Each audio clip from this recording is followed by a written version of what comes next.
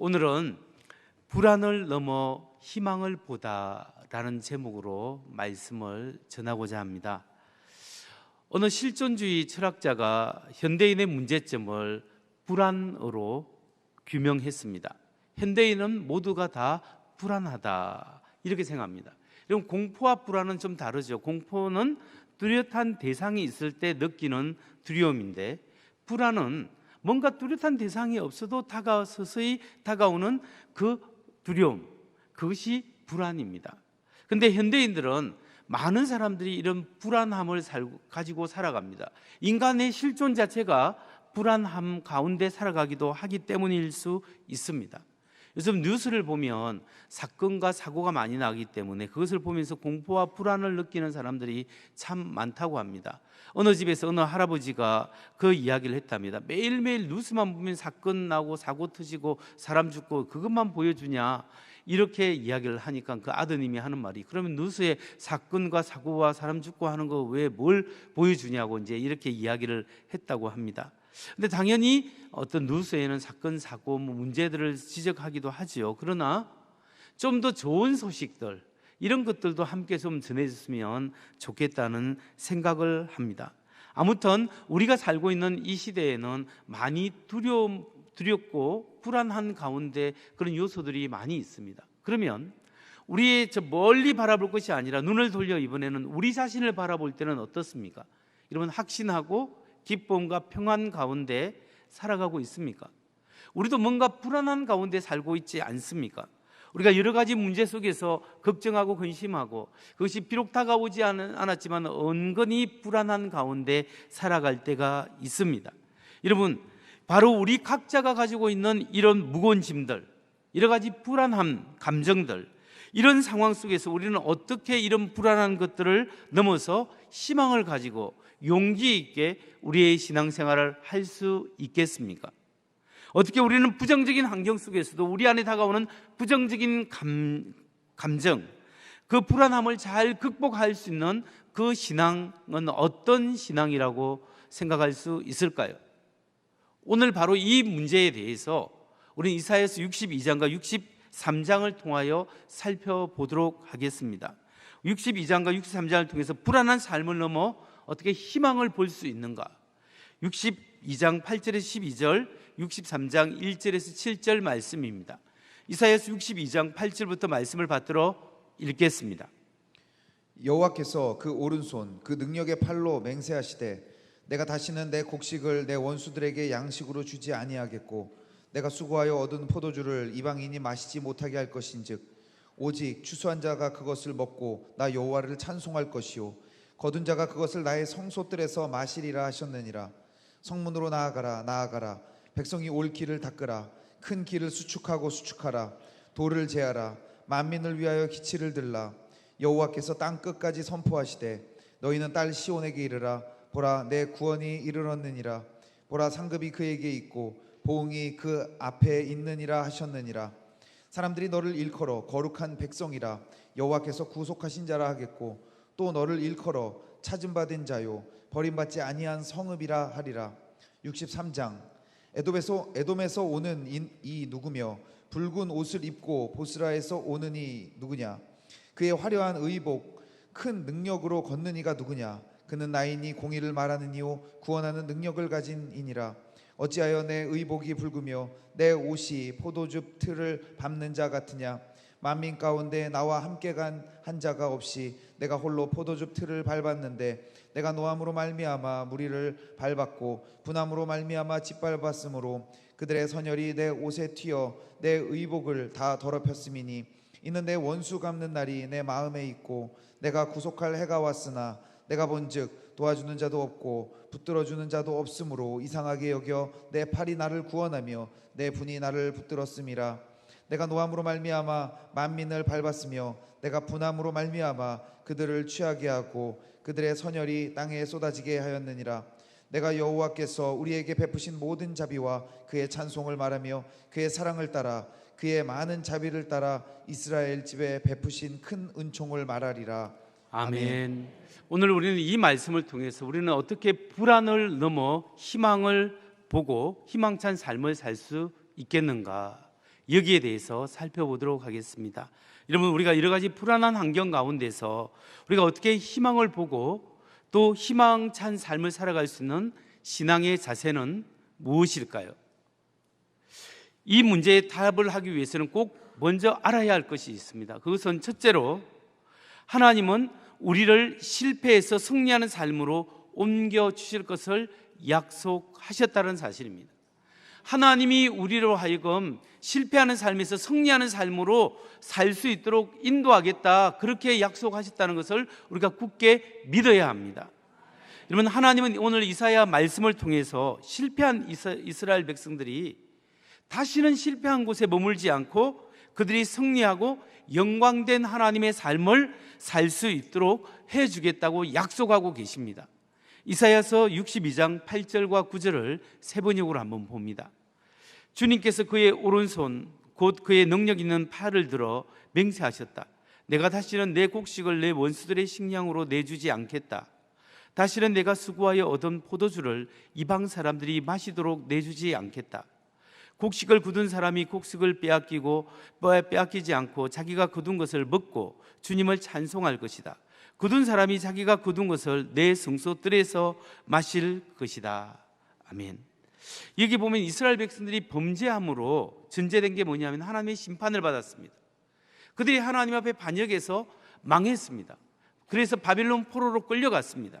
끌려가서 포로 생활을 했는데 하나님이 그들을 거기에 놓아두지 않고 다시 회복시켰습니다. 이 본문을 통해서 오늘 선포하는 것은 이 회복된 백성에게는 다시는 그들의 그 어려움과 그들이 수치를 당하지 않게 하겠다. 그들이 일한 소산들을 그들이 먹게 하고 다른 사람들이 빼앗아 가지 않도록 하겠다. 그래서 그들이 나의 거룩한 성소에서 그들의 곡식을 먹고 마실 수 있도록 풍성함을 경험할 수 있도록 해주겠다고 말씀하고 있는 겁니다. 특히 거기다가 이사야서 62장 11절과 12절을 보십시오. 이 말씀에 보면 보아라, 주님께서 땅끝까지 선포하신다. 딸 시온에게 일러주어라. 보아라, 너희의 구원자가 오신다. 그가 구원한 백성을 데리고 오신다. 그가 찾은 백성을 앞장 세우고 오신다. 사람들은 그들을 거룩한 분의 백성이라 부르며 주님께서 속량하신 백성이라고 부를 것이다. 사람들은 너 예루살렘을 하나님께서 사랑하는 도성이라고 부르며 하나님께서 버리지 않은 도성이라고 부를 것이다. 이 말씀에서 하나님이 무엇을 말씀하고 계실까요? 전에는 벌어진 사람들, 전에는 폐허된 예루살렘 도시가 이제는 실패하지 않고 이제는 버려지지 않고 하나님께서 사랑하는 도시다. 하나님께서 들어쓰는 사람들이다. 하나님께서 그들을 새롭게 하고 그 백성을 존귀하게 여긴다. 하나님이 영광에 참여할 사람들이다 라고 평가해주고 인도하시는 그 은혜를 주시겠다는 사실입니다. 여러분, 사실 이스라엘 백성은 하나님의 경고를 듣지 않고 하나님의 선지자의 말씀을 듣지도 않고 결국 불순종하다가 망했습니다. 망해서 완전히 그들은 포로 생활 속에서 희망 없는 삶을 살았습니다. 그런데 하나님이 그들을 회복시켜 주실 뿐만 아니라 영광된 하나님의 백성으로 온 세상 사람들로부터 존귀함을 받는 그 백성, 새 예루살렘의 풍성함을 경험해 주겠다고 약속을 하셨고 그렇게 회복시켜 주셨습니다. 여러분, 그런데 이 사실이 역사 속에 이루어졌습니다. 이 이사야서 오늘 우리가 읽는 이 말씀은 실제로 유다가 망하기 전에 거의 90년, 100년 전에 선포된 말씀이에요. 그런데 그것이 80년, 90년, 100년 후에 이루어졌습니다. 실제로 역사 속에 이루어졌고 그들이 망했고 포로로 붙잡혀갖고 회복되는 역사를 우리 일반 역사를 통해서 알게 되는 거죠. 그렇게 회복된 백성을 하나님이 존귀하게 여겨주시고 새롭게 해주겠다라는 이 사실은 오늘 신약을 그런 역사적 사실이 있기 때문에 이 약속은 구약 백성에게만 이루어진 사실이 아니라 오늘 신약을 살아가는 우리에게도 역사 속에서 이루어질 말씀이고 이루어진 말씀이에요. 여러분, 오늘날 우리는 어떻게 이루어졌습니까? 우리는 하나님의 말씀에 불순종해서 아담 이후에 모든 사람이 죄로 말미암아 사망과 죄의 노예 상태 속에 놓여 있습니다. 우리는 바벨론의 노예 상태에 놓여 있지 않지만 죄와 죽음의 노예 상태에 놓여 있었는데 주님이 해방시켰습니다. 어떻게 해방시켰습니까? 예수 그리스도의 십자가의 은혜로 예수님의 십자가의 은혜로 죄와 죽음의 노예 상태에서 우리를 해방시켜서 하나님의 자녀 삼으시고 하나님 나라의 풍성함을 경험할 수 있도록 우리를 축복해 주시고 우리가 하나님의 은혜 가운데 희망찬 삶을, 소망을 가질 수 있도록 인도해 주신 것이 그리스도의 복음의 은혜입니다. 이 자리에 참여한 모든 사람은 하나님의 은혜와 회복된 백성으로 하나님의 은혜를 경험할 수 있는 사람들이에요. 근데 문제는 우리의 신앙생활 속에서 하나님의 승리와 하나님의 은혜와 은총 가운데 살아야 되는데 왠지 모르게 신앙에 힘이 없고 내가 실패한 삶을 사는 것처럼 느껴질 때가 있다는 거예요. 내가 열심히 하나님의 일을 하고 주님을 섬기면서 신앙생활을 하려고 하는데 뭔가 이 안에서 실패한 느낌, 불안하고 예수님을 믿으면서도 여전히 불안하고 예수님을 믿으면서 여전히 걱정, 근심에 쌓여서 살아가는 실패한 느낌을 자주 받고 있다는 거죠. 왜 그럴까요? 그 이유는 우리가 구약적인 사고와 구약적인 삶에 매여 있기 때문에 그렇습니다. 그럼 구약적인 사고의 특징이 뭘까요? 그것은 신명기 27장과 28장에 나타나는 특징이에요. 그게 뭐냐면 하나님의 말씀에 순종하면 축복을 받고 불순종하면 저주를 받는다. 하나님의 의로운 일을 내가 행하면 축복을 받고 행하지 않고 불순종하면 하나님 앞에 심판받는다. 이런 그 형태가 우리의 삶의 신약에도 그대로 우리가 들어옵니다. 그래서 여러분 구약의 모세의 율법이나 구약 이스라엘 백성들이 십계명을 지키고 율법을 지키고 할 때 그 모든 계명을 지키는 동력이 어디에서 나오는 줄 아십니까? 나의 힘에서 나오는 거예요. 내가 율법을 지키고 내가 하나님 앞에 예배드리고 내가 하나님의 안식을 지키고 내가 거룩하게 살고 내가 뭘 해야 되고 모든 힘의 소스가 나에게 있었습니다. 그러니까 피곤한 거예요. 뭔가 율법의 계명을 지켜야 되고 뭔가 해야 되고 어떤 것을 헌신해야 되고 그 모든 힘의 근원이 나에게 있기 때문에 나의 능력은 한계가 되어 있고 그 율법은 저만큼 가 있고 이 사이에 갭이 있기 때문에 내가 너무 힘들고 어려워지는 겁니다. 능력이 내게 나타나 있지 않습니다. 이게 바로 구약적인 삶의 특징이에요. 그러면 신약적인 삶의 특징은 무엇일까요? 우리 모두는 신약의 은혜 가운데 살아가고 있는데 신약의 은혜의 사고방식은 무엇일까요? 우리가 열심히 신앙생활하고 나도 하나님의 말씀대로 살려고 하는 스타일은 똑같습니다. 그런데 여러분 우리가 그렇게 살려고 하지만 잘 되지 않지 않습니까?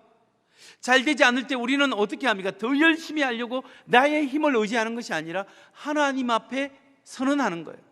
하나님, 내가 이렇게 연약한 사람입니다. 하나님, 내가 이렇게 부족한 사람입니다. 내가 집사로서 권사로서 장로로서 목회자로서 열심히 뭔가 해보려고 하는데 또 되지도 않고 힘들고 하나님, 내가 이렇게 부족한 사람이에요. 그러면서 우리 신약의 사람들은 예수 그리스도의 십자가의 은혜를 의지하는 사람들이에요. 주님, 나를 도와주세요. 내 안에 있는 성령님, 나를 붙들어 주세요. 나의 힘으로 되지 않고 내가 하려고 할 때 되지 않습니다. 주님, 나의 힘의 근원은 나에게 있지 않고 하나님께 있음을 내가 믿습니다. 하나님, 성령님, 나에게 힘을 주세요. 하나님, 내가 내 남편에게 내 아내에게 좀 잘해보려고 하는데 좀 더 화가 나고 더 어려움이 있습니다. 내 자녀들에게 뭔가 좀 잘하려고 하는데 그래도 되지 않을 때가 많습니다. 내 안에 계신 성령님, 나를 좀 도와주세요. 나를 이끌어주세요. 이렇게 해서 내 힘으로 신앙생활하는 것이 아니라 성령 하나님이 주시는 은혜와 은총으로 우리가 신앙생활하는 것이 신약적 사고방식이요 신약 은혜 가운데 살아가는 신앙의 힘이에요. 그렇기 때문에 여러분, 우리가 신앙생활에 자주 실패하는 이유는 구약적으로 내가 열심히 하고 내가 기도하고 내가 훈련받고 내가 새벽 기도하고 내가 뭔가 하려고 하고 그러다 보니까 지치고 힘들고 이 신앙생활이 짐이 되는 거예요. 수고하고 무거운 짐을 주님께 맡겨야 되는데 이 하나님의 말씀과 하나님의 은혜가 내가 도리어 짐이 돼서 내가 이걸 지고 가려고 하니까 이게 우리 주님이 주신 십자가의 은혜가 아니라는 거예요. 여러분, 우리는 십자가의 은혜를 경험하는 사람입니다. 예수님이 나의 죄를 위하여 죽으시고 부활하셨습니다. 예수님이 죽고 부활하셨기 때문에 예수님이 죽을 때 사탄이 이기는 줄 알았습니다. 그런데 예수님이 죽음으로써 승리하셨죠. 우리의 죄를 다 용서하시고 부활하심으로 예수님이 능력이 있는 사람이고 하나님의 아들이시고 하나님이심을 증명하는 거예요. 그래서 우리는 다시 한번 예수님의 십자가를 의지할 때 내가 주님, 나의 힘으로 되지 않지만 부활하신 주님의 능력으로, 부활하신 주님이 보내시는 성령의 능력으로 내가 될 수 있음을 믿습니다. 나는 예수님이 십자가에 죽고 부활로 승리하신 것처럼 나의 삶도 궁극적으로 하나님이 승리하게 하신 줄 믿습니다. 여러분, 이 믿음이 있어야 돼요. 우리 예수 믿는 사람은 궁극적으로 승리할 사람이에요. 이미 우리는 승리한 사람이에요. 우리는 이 땅을 살아가고 열심히 치열하게 살아가지만 우리는 이 땅에만 매인 사람이 아니라 하나님 나라의 백성으로서 우리는 하나님의 영광에 참여할 사람들이에요. 우리는 소망이 있는 사람이고 승리하는 사람인 것을 여러분 믿으시기 바랍니다. 그렇기 때문에 나에게 이미 승리가 있다. 구약의 백성들이 하나님이 새롭게 승리해 줄 것이라고 약속을 했지만 오늘 우리에게는 예수님 때문에, 확실히 죽고 부활하신 주님 때문에 우리에게 뭐가 있어요? 소망이 있어요. 아무리 내 삶이 불안하고 내 삶이 이루어지는 것도 없고 어려움이 있어도 주님이 우리를 부르시고 우리를 찍으시고 우리를 하나님의 자녀로 삼으셨기 때문에, 너는 내 것이라고 했기 때문에 우리에게는 궁극적인 승리가 있음을 믿으시기 바랍니다. 이 믿음을 가지고 승리하는 여러분 되시기 바랍니다. 두 번째로, 우리가 어떻게 불안을 넘어서 희망을 볼 수 있겠는가? 희망찬 신앙으로 살 수 있겠습니까? 불안을 넘어 담대함과 희망으로 사는 방법은 두 번째, 예수님이 우리의 구원을 위해 대신 싸우신다. 이 사실을 확신해야 됩니다. 주님이 나를 대신해서 싸우신다. 이 믿음이 여러분에게 있어야 하는 거예요. 여러분, 오늘 하나님이 이사야 선지자를 통해서 말씀하시는 게 뭐냐면, 하나님이 몸소 하나님의 백성을 위하여 싸우신다. 하나님이 구별한 백성을 위하여 직접 싸우신다. 이 말씀을 강조하고 있어요. 이사야 63장 1절로 3절입니다. 에돔에서 오시는 이분은 누구신가? 붉게 물든 옷을 입고 보스라에서 오시는 이분은 누구신가? 화려한 옷차림으로 건세당당하게 걸어오시는 이분은 누구신가? 그는 바로 나다. 을을 말하는 자요 구원의 권능을 가진 자다. 어찌하여 내 옷이 붉으며 어찌하여 포도주 털을 밟는 사람의 옷과 같더냐? 나는 혼자서 포도주 털을 밟듯이 민족들을 짓밟았다. 민족들 가운데 나를 도와 함께 일한 자가 아무도 없었다. 내가 분내어 민족들을 짓밟았고 내가 격하여 그들을 짓밟았다. 그들의 피가 내 옷에 튀어 내 옷이 온통 피로 물들었다.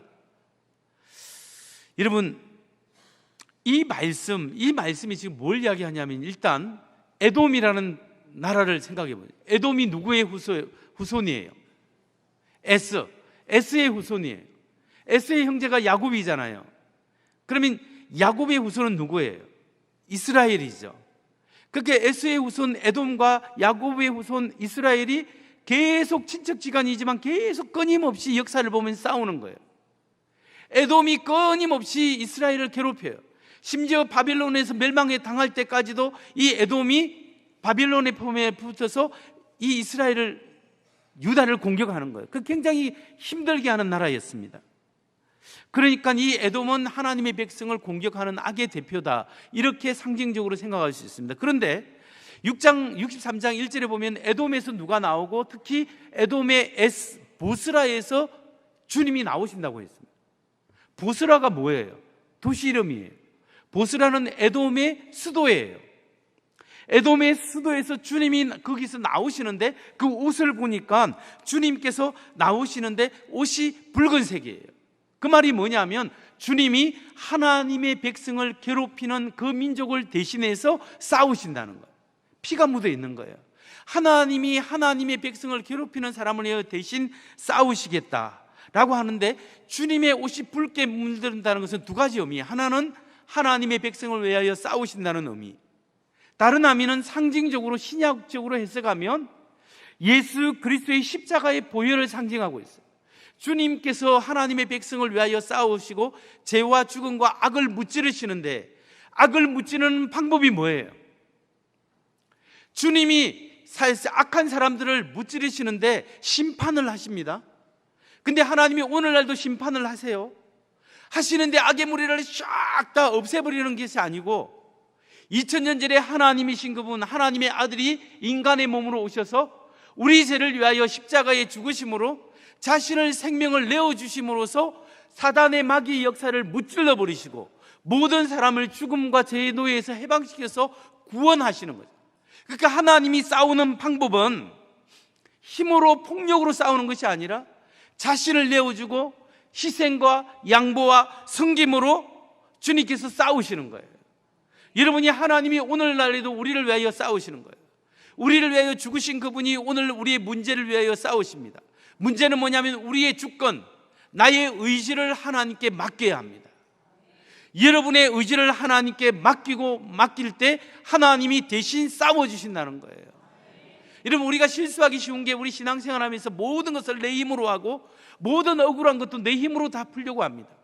때로는 다 열심히 해야 돼. 그래도 마지막에는 하나님께 맡기는 게 있어야 돼요. 여러분, 로마서 12장 19절에서 21절에 보면 사도 바울이 이렇게 말씀했습니다. 사랑하는 여러분, 여러분은 스스로 원수를 갚지 말고 그 일은 하나님의 진노하심에 맡기십시오. 성경에도 기록하기를 원수 갚는 것은 내가 할 일이니 내가 갚겠다, 주님께서 말씀하신다 하였습니다. 내 원수가 줄이거든 먹을 것을 주고 그가 목마르거든 마실 것을 주어라. 그렇게 하는 것은 내가 그 머리 위에다가 숯불을 쌓는 셈이 될 것이다 하였습니다. 악에게 지지 말고 선으로 악을 이기십시오. 여러분, 나에게 모욕감을 주고 나를 힘들게 하고 만날 때마다 불편하게 하는 사람에게 어떻게 잘해줄 수 있어요? 당연히 내가 불편하고 안 좋은 인상을 짓는 것이 당연한 거예요. 정상적인 사람이면 다 그래요. 그런데 하나님의 말씀은 그럼에도 불구하고 선으로 악을 이기라, 잘해주라는 거예요. 나를 힘들게 하고 어렵게 하는 사람을 잘해주라. 이게 그렇기 때문에 우리의 힘으로 할 수 없는 거예요.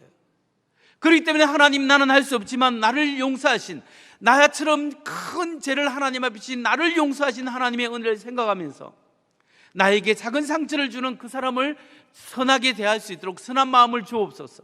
선한 마음을 주옵소서. 선한 삶을 살게 하시고 그 사람을 잘해줄 수 있는 하나님의 사람으로 살게 하여 주옵소서. 이렇게 하나님 앞에 예수님처럼 악을 선으로 이길 때 우리의 삶에 승리를 주시는 것, 그 다음에 하나님이 책임져 주시는 게 있어요. 여러분, 우리가 그래도 하나님의 백성이고 크리스찬이고 하나님의 자녀인데 우리에게 힘들게 하고 어렵게 하는 그 모든 그 요소와 어려운 사람들에게 내가 하나님의 자녀이기 때문에 넉넉한 마음을 가지고 하나님 때문에 내가 봐주고 사랑하고 용서하고 섬기려고 할 때 하나님이 알고 계세요. 그리고 하나님이 가서 직접 싸우시고 하나님이 도우시고 하나님이 인도하시는 큰 은혜가 있는 줄 믿으시기 바랍니다. 그걸 우리가 체험해야 됩니다. 여러분, 우리가 불안한 삶을 넘어 희망으로 사는 신앙은 첫째 뭐라고 했습니까? 하나님이 우리를 승리하는 삶을 주시겠다는 약속, 그 약속을 믿어라. 그 약속의 신약의 표징이 뭐냐면 예수님의 십자가의 죽음과 부활이에요. 죽었는데 부활하심으로 하나님이 승리하셨다는 걸 보여주는 거예요. 우리에게는 최후의 승리가 있다는 것을 믿고 하나님이 내게 승리 주실 것을 믿으시기 바랍니다. 또 하나는 뭐예요? 우리가 힘들고 어려워도 주님이 대신 싸우신다. 주님이 대신 싸우신다. 나는 그 십자가의 은혜를 받고 우리에게 힘들고 어려운 사람이 있어도 그 사람을 잘 대해줄 때 주님이 대신 싸우시고 이루시고 행하시는 은혜가 있는 줄 믿으시기 바랍니다. 하나님이 역사하실 것입니다. 그런데 여러분, 그럼에도 불구하고 여전히 우리의 삶 속에서 하나님의 역사하심을 못 느낄 때가 있어요. 내가 믿음으로 살고 말씀대로 살고 내가 주님의 심정으로 잘해주고 이렇게 해도 여전히 나의 문제가 있고 불안하고 어려움이 있고 하나님이 나의 삶 속에 없는 것처럼 느껴질 때가 있는 거예요. 여러분, 우리의 삶에 하나님의 부재하심을 우리가 어떻게 극복할 수 있겠습니까? 어떻게 하면 우리가 하나님께서 우리의 삶 속에 실제로 역사하신다는 사실을 경험할 수 있을까요? 세 번째, 우리가 그 하나님의 역사심을 경험하는 방법은 하나님의 변함없는 사랑을 생각하고 기억하고 감사하는 겁니다. 하나님께서 변함없이 지난날에 우리의 삶을 기가 막히게 도와주신 것을, 그 사건, 그 은혜를 기억하는 거예요. 그걸 감사하는 거예요. 그 하나님을 찬양하는 거예요. 그래서 과거에 인도하신 그 하나님께서 오늘 인도하시고 내일도 인도하실 것이라고 감사하고 찬양할 때 하나님의 도우심을 직접적으로 경험할 수 있는 줄 여러분 믿으시기 바랍니다. 이사야서 63장 7절을 보십시오. 나는 주님께서 베풀어 주신 변함없는 사랑을 말하고 주님께서 우리에게 하여 주신 일로 주님을 찬양하였습니다. 주님께서 우리 모두에게 베푸신 은혜, 그의 긍휼과 그 풍성한 자비를 따라서 이스라엘 집에 베푸신 크신 은총을 내가 전하리옵니다. 여기에 이 말씀 속에 우리 환경을 극복할 수 있는 비결이 있는 거예요. 하나님이 우리를 향해 베푸신 그 은혜와 그 사랑과 그 은총을 잊어버리지 말고 그걸 기억하고 그걸 생각하고 고백하면서 하나님께 감사하고 찬양할 때 하나님의 역사하심이 오늘도 계속될 수 있는 줄 여러분 믿으시기 바랍니다. 심지어 내 하나님께서 이제 내 삶에 전혀 역사하지 않는다. 옛날에는 하나님이 도와주셨는데 지금에는 하나님의 도우심이 없다라고 느껴질 때도 우리가 그런 때도 변함없는 하나님의 사랑을 기억하고 찬양하고 감사할 때 하나님의 역사가 일어난다는 거예요. 63장 11절 12절을 보십시오. 그들은 지난날 곧 주님의 종 모세의 날을 생각하여 물었습니다. 그의 백성 곧 양떼의 목자들을 바다로부터 올라오게 하신 그분이 이제는 어디에 계시는가? 그들에게 그의 거룩한 영을 넣어주신 그분이 이제는 어디에 계시는가? 그의 영광스러운 팔로 모세를 시켜서 오른손으로 그들을 이끌게 하시며 그들 앞에서 물을 갈라지게 하셔서 그의 이름을 영원히 빛나게 하신 그분이 이제는 어디에 계시는가? 여러분, 이 말이 무슨 말이냐면 모세 때 출애굽할 때 뒤에서는 애국 군대가 들어오고 앞에는 홍해 바다고 진퇴양난 속에 있을 때 우리는 죽었구나 했을 때 하나님이 모세에게 팔을 들내려서 지팡이를 뻗으라 했을 때 그 홍해를 갈라뜨렸지 않습니까? 그래 홍해를 육지처럼 건너가는 기적이 일어났지 않습니까? 애국 군대가 물에 빠져 죽었지 않습니까? 그때 이스라엘 역사적 경험이에요. 모두가 경험한 거예요. 수십만 명이 다 경험한 거예요. 그 많은 사람들이 하나님의 역사심을 경험했는데 그때 역사하신 하나님이 이제 수백 년을 흘려서 오늘날에 그 하나님이 어디에 계십니까? 우리가 고통받는데 지금 그 하나님은 우리가 포로 생활하고 있는데 그 하나님이 어디에 계십니까? 이 이야기를 하는 거예요. 그러나 그럼에도 불구하고 우리가 우리의 그 하나님을 느끼지 못함에도 불구하고 하나님을 찬양하고 하나님을 믿는 사람이 하나님을 경험하는 거예요. 여러분, 우리의 삶에도 마찬가지지 않습니까? 전에는 하나님이 정말 기도할 때마다 응답하셨고 하나님이 인도하셨는데 오늘 나의 삶 속에 하나님 메마릅니다. 광야 생활이 되었습니다. 하나님, 그 하나님은 어디에 계십니까? 우리가 그렇게 부를 때가 있지 않습니까? 그럼에도 불구하고 우리가 이러한 불안과 좌절을 극복할 수 있는 방법은 뭐냐?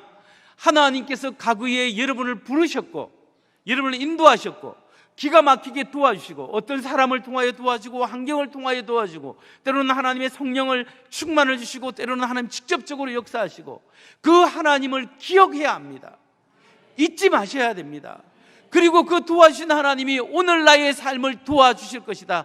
이걸 믿음을 믿으시고 내일도 장래일도 인도하실 것이다. 이 믿음으로 살아갈 때 불안한 마음이 떠나가고 하나님의 인도하심과 통치와 하나님의 역사하심을 경험할 수 있음을 믿으시기 바랍니다. 감사하고 그 하나님을 찬양하고 의지할 때 하나님이 정말로 도와주시는 은혜를 경험하게 될 줄 믿습니다. 말씀을 맺습니다. 지금까지 우리가 기독교 역사를 살펴보면 한 번도 불안하지 않은 때가 없어요. 태평한 때가 없고 위험한 가운데 기독교의 복음이 전해졌고 하나님의 말씀이 전파되었습니다. 여러분, 초기 교회를 보십시오. 초기 교회 크리스찬들은 사회 지도자들이 아니었습니다. 다 아웃사이더였습니다. 그리고 그 사람들은 세상을 이끌어가는 것이 아니라 아웃사이더였을 뿐만 아니라 주변인이었고 핍박받고 있었습니다. 예수 믿는 것 때문에 경제적으로 이렇게 그 그룹에 들어가야, 그 신을 믿는 데 들어가야 장사를 서로 소통할 수 있고 돈을 벌 수 있는데 물건을 주지 않는 거예요. 그러니까 경제적으로 어려워지는 겁니다. 그러다가 핍박이 왔습니다. 그리고 그 사이에는 굉장히 불안했고 힘 있는 사람이 언제든지 뺏어갈 수 있었고 전쟁이 많은 시기였습니다. 삶이 불안하고 공포스럽고 불안정한 사회 속에 기독교의 복음이 전파되기 시작했습니다. 그런데 그렇게 그 사회 속에서 기독교의 복음은, 급변하는 사회 속에 기독교 복음은 안정적으로 계속해서 퍼져나갔습니다. 이 역사적 사실에 대해서 엘버트 반스라는 신학자는 신약 성경 주석 사도행전이라는 주석에서 이렇게 이야기하고 있습니다. 조금 긴 글을 제가 읽어드리겠습니다. 예수님의 죽음 이후 30년 이내에 복음은 모든 도시와 시골 지역에 퍼져나갔다. 복음의 진보와 그 승리는 감춰질 수 없었다. 복음은 가장 멋있고 힘있고 문명화된 도시들에 전파되었다. 예루살렘과 안디옥, 고린도, 에베소, 빌립보 그리고 로마까지 이미 교회들이 설립되어 있었다. 그 복음은 아라비아, 소아시아, 그리스, 마케도니아, 이탈리아 그리고 아프리카에도 퍼져나갔다. 교회는 가장 큰 힘을 가진 교육기관들로부터 공격을 받았다. 복음 전파의 길에는 가공할 만한 장벽들이 놓여 있었다. 그 길에는 가장 치명적이고 악의적인 반대자들을 만나야만 했다. 복음은 각 지역의 수도에 도달했고 그 중요한 도시에서 자리를 잡았다. 그리고 급기야는 기득권을 가졌던 종교들을 뒤집고 중요한 위치에 오를 수 있었다. 예수님의 죽음 이후 30년 안에 이방 지역에 복음이 전파되어 큰 영향력을 끼쳤으며 복음이 가는 곳마다 공직자들, 기인들, 건세자들에게 영향을 주었으며 가이사의 궁궐에까지 전파되었다. 이 모든 일들이 나사렛 사람 어부들, 유대인들에 의해서 이루어졌다. 그들은 부자도 아니었고 군사들도 아니었고 대단한 사람들도 아니었다. 바울을 제외하면 그들은 배우지 못한 사람들이었다. 그들은 오직 성령의 가르침을 받았고 오직 하나님의 능력에 붙잡힘을 받았다. 그들은 그리스도가 그들의 대장이심을 믿고 승리하였다. 그래서 세상은 기독교의 능력과 가장 높으신 분의 대사들로서 그들을 인식하게 되었다. 그러한 성공은 그 이전에도 없었고 하나님이 함께하지 않았다면 그 어떠한 것에 의해서도 일어날 수 없었던 일이었다. 여러분, 초기 기독교의 복음이 전파된 그 시대는 불안정했어요. 전쟁이 자주 일어나고 사회가 급박했고 급변했고 경제가 요동쳤고 내일의 희망을 볼 수 없는, 언제 죽을지 모르고 수많은 사람들이 굶주려서 죽게 되고 노예로 생활하는 그런 시간이었습니다. 그런 장벽이 있음에도 불구하고 기독교의 복음은 예루살렘과 유다와 사마리아와 저 그리스와 이탈리아까지 다 로마까지 퍼져나가고 복음이 가는 곳곳마다 희망을 주는 거예요. 소망이 없는 사람이 소망을 생기게 된 거예요. 복음이 가는 곳곳마다 죄에서 자유함을 받고 하나님 나라의 소망을 받고 복음의 메시지를 들었습니다. 그 뭡니까? 하나님이 여러분을 사랑합니다. 여러분의 죄악 때문에 죄와 죽음 사이에 놓여 있는데 하나님이 여러분의 죄를 용서하시고 살리셨습니다. 지금 여러분의 삶이 어떠할지라도 여러분이 하나님 나라의 소망을 가진 사람이에요.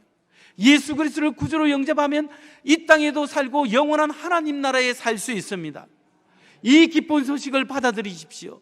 이 예수의 복음을 들은 사람마다 그들의 삶이 변화되었고 가정이 변화되었고 사회가 변화되었고 복음이 희망을 주었기 때문에 세상을 변화시키는 일들이 있었다라는 사실입니다. 여러분, 그렇기 때문에 오늘날 우리가 처한 문제와 환경이 결코 복음 앞에 문제가 아닌 것을 아셔야 합니다. 우리의 삶에서 불안하게 만드는 것, 우리를 진정으로 두렵게 하는 것은 우리의 불안한 정치적 상황이 아니에요. 미국 연방준비제도 이사회가 주관하는 금리 인상도 아닙니다. 진정으로 우리를 두렵게 하는 것은 지금 우크라이나와 러시아와의 전쟁이 아닙니다. 진짜 우리가 두려워할 것은 한반도 주변의 정세의 변화와 그 어려움들, 그것들이 우리 궁극적인 어려움이 아니에요. 왜냐하면 이것들은 다 지나갈 것이기 때문입니다. 그러나 정말 우리가 정말 두려워할 것은 우리의 타락으로 말미암아 하나님이 더 이상 우리의 삶 속에 역사하지 않을 것을 두려워야 합니다. 하나님이 맡기신 사명의 촛대를 우리에게서부터 옮겨갈 것을 우리가 두려워야 한다는 거예요. 우리가 정말 두려워한 것은 하나님의 심판이 다가옴에도 불구하고 아직도 깨어지지 않는 나의 교만한 마음, 이걸 두려워해야 돼요. 하나님의 말씀이 여러분에게 쏟아짐에도 불구하고 아직도 하나님의 말씀에 순종하고 순복하지 않는 그 굳은 마음을 우리가 두려워해야 한다는 거예요. 여러분, 하나님 앞에 겸손하게, 하나님, 내가 내 힘으로 신앙생활을 하는 것도 힘들고 실패합니다. 내 마음에 두려움이 있고 불안이 있고 공포가 있고 능력이 없습니다. 그러나 주님, 내가 주님을 의지합니다. 주님이 나에게 승리를 주셨음을 내가 확신합니다. 선포하십시오. 그리고 이 부족한 사람을 위해 주님이 대신 싸우신다는 것을 믿으십시오. 아무리 억울하고 아무리 힘든 상황도 하나님 좀 도와주세요. 하나님께서 내가 주님이 주시는 선한 마음을 가지고 하나님이 내가 할 일을 선한 행동, 그 은혜로 말미암아 살겠으니 하나님이 억울함을 풀어주시고 하나님이 싸워주옵소서. 믿음으로 선포하십시오. 그리고 지금까지 옛날에도 인도하신 하나님께서 오늘도 인도하시고 내일도 인도하실 것을 믿고 기억하고 감사하고 찬양하십시오. 하나님이 여러분을 붙잡아 주실 것입니다. 주님이 허락하신 그 시련을 통해서 나의 믿음이 더욱 강하게 살아나게 될 것입니다. 그리고 험한 산과 골짜기 지나는 동안이라도 주께서 더 가까이 이끌어 주시고 우리에게 닥쳐오는 힘들고 어려운 시련을 통하여 주의 능력으로 붙들어 주실 내가 믿습니다. 나는 믿습니다. 이 믿음으로 승리하는 우리 모두가 되기를, 이번 한 주간이 되기를 주의 이름으로 축원합니다.